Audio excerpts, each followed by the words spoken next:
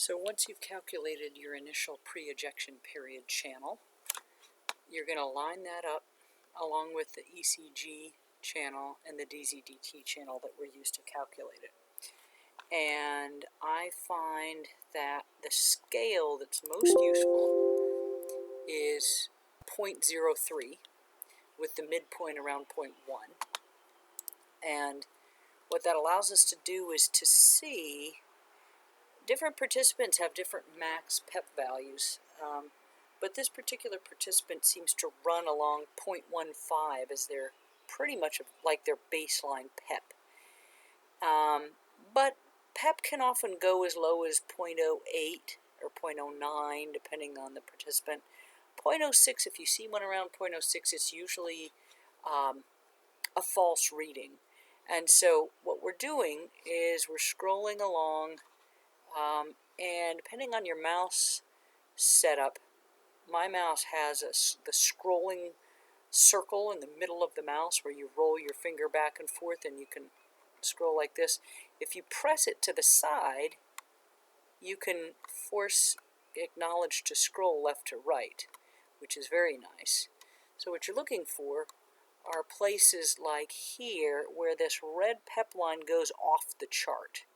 And you can scroll up with your rolling scroller and find whatever that max value is, but that's a waste of time. What you really want to do is look up here in the corresponding DZDT channel and see what was going on. This is normal, BCXYO, BCXYO. This is normal. This is some movement artifact. So we really want to delete that. So we're going to grab this option right here, which is a zap tool.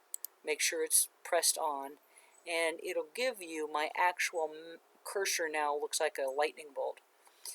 You can use this, you click and drag, so I'm going to click and drag, and you can use it to delete. It's going to zap all those labels up there that are lousy labels and caused our PEP value to be too high for one example and then too low for the following time period. So we're going to zap those, and unfortunately this doesn't recalculate. So after we're done cleaning everything, we're going to have to recalculate. Now that left kind of an orphan C and X in there, and this O is a bit orphaned, so I'm just going to try to find it and delete it, but it doesn't seem to care if there's a spare O there. This following cycle is pretty good, and you can see that in this value here. It kind of came back to the 15 baseline. So there's a little bit of a mess left behind, but it looks like it didn't have any problem calculating it with the mess before, so it'll be able to recalculate with the mess. Then we get back to very clean territory. So as I scroll quickly, I'm typically watching this line flow through. And every so often I glance above to see if something really wonky happened up here, but it looks pretty good. Now, this drops to 0, and if you see it literally drop all the way off the chart below 0.06, it's probably 0. So I have to take a quick pause up here and make sure there's no kind of B in the wrong place. And what happened is it just missed that cycle because there was so much noise it really couldn't figure out how to label it. Then the following cycle came in at a 0.12, and that's kind of an aberrant value for this person.